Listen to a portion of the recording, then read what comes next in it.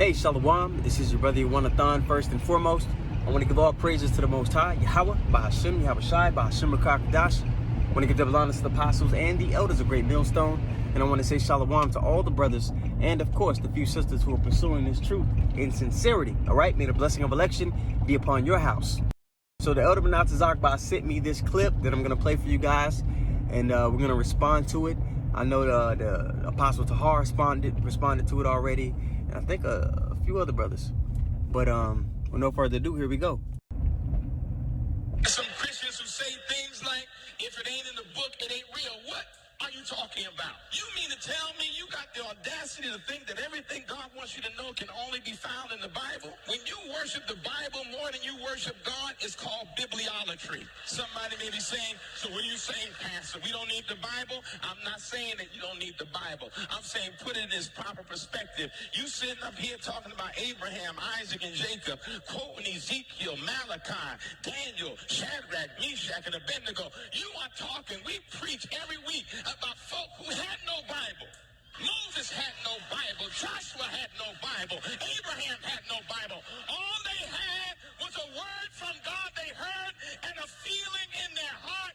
And here we are telling folk to stop trusting what they feel and stop trusting what they hear. There's some... Precept that. Gotta precept it. You see, the thing about being a man of the Lord, or pastor, preacher, teacher, whatever you want to call yourself, right? There's a parameter in which we speak, that we're commanded to speak by. It's not a prison or box. It's a guardrail from death. There's a certain conduct that we have. It's preaching his word. And we have to speak according to what the Lord has given us. Now, he mentioned, actually, let me just bring out the two precepts first that back up that point about the parameters in which we are to speak. 1 Peter 4:11 tells you that if any man speak, let him speak as the oracles of God, which is the prophets or the seers. That the Most High, that Yahweh Hashem Yahushai, may be glorified in all things. You know, go read 1 Peter 4:11. And then Isaiah 8:20, of course, tells you what? If they speak not according to this word, it is because there is no light in them. Now, he said, we talk every week about people that didn't have no Bible. As though he's saying, oh, they didn't have the understanding of what the Lord deemed as right and wrong. That's false. Even before Moses, before the law, statutes, and commandments were written down, our people had a way. That chosen line had a way that they kept. That's plain to see. You go back to Cain and Abel. What were they doing? Why was Cain even mad at Abel in the first place? Right? Cain was mad at Abel because he had a more honorable, he had a proper sacrifice. Wait, they were doing sacrifices? Sacrifices go back to the law, to the way that the Lord told us to keep, that's pleasing to him, a way of right and wrong. So you got pastors like this, man, charismatic guy. You know, guys like that get the simple going. They get the simple going. They get 2/3 of our people, roused up because, the words, they're smooth words. And that's what our people want to hear. But to hear that you have to live by a standard is repulsive to our people. Right? Which is why no one, like Apostle Tahar said in his video, which is why none of his congregation, is in there thinking about what he said and correcting him. Nah, man. We are commanded to speak using the Lord's words because it's none of us. It's not about a feeling. The scriptures tell you in Jeremiah that the heart is desperately wicked. Okay, you don't go by what you feel. So yeah, we are telling people not to go by what they feel and what they see with their carnal eyes. Because again, we're preparing our people for the test. Everybody's faith is on trial. And that's going to be manifested in Jacob's trouble, in the day of the Lord's anger. All right? And if you're trusting what you see with your carnal eyes and what you feel in your chest, you're not going to be able to move the way the Lord requires for you to move. You're not going to be able to judge righteous judgment. How do you know what's righteous?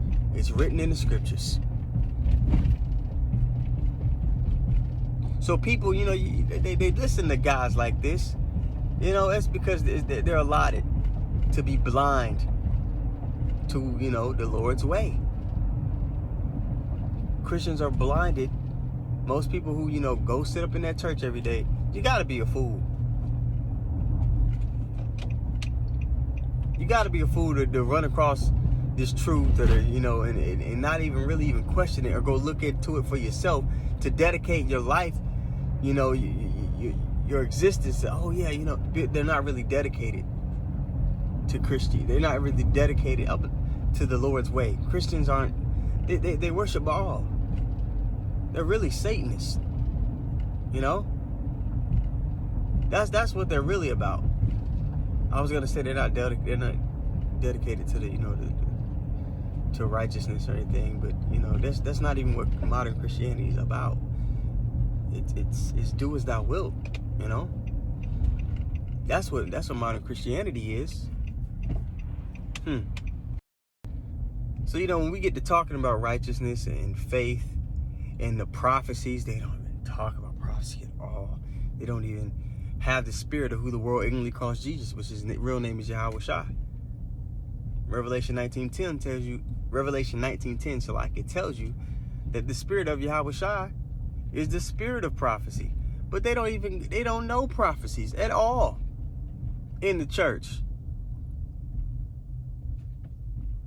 They can't go precept upon precept and tell you what's getting ready to happen according to the Lord's word. So they can be bamboozled by things like this. Put the Bible in its proper place. These people are simple. So it's like I was talking to somebody earlier, you know, when it comes to many disciplines, which this is the chief discipline, all right, the discipline of Yahweh Shem Yahweh Shai.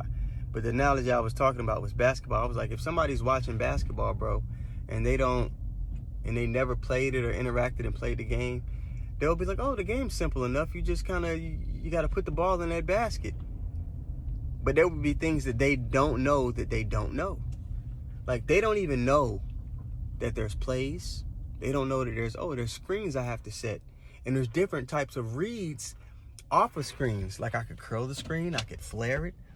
I could run a splint, just go straight out. I could slip, you know, if I'm setting the screen, I could slip it. Oh, I'm watching, I know I'm playing this person. Let's go watch some film. They have particular tendencies that I could take advantage of. They don't like to go left. If they do go left, they're gonna go to a pull-up because they're not comfortable finishing at the basket with their left hand. Oh, this guy, I know I could win him, but he stands straight up on defense. I know if I get him on my hip, I could win the bump because his balance, he stands straight up on defense. He's not sitting. There's little intricacies about the game that they wouldn't, you know, boxing too. There's little intricacies about it that they don't even know that they don't know. Christians, there's things that they don't even know. It would be like trying to explain a new color to someone. No, we're not talking about a shade of a color that's already on the spectrum, a completely new color. And you're trying to explain it to somebody and they haven't seen it. They would be like, I can't imagine a new color. I can't.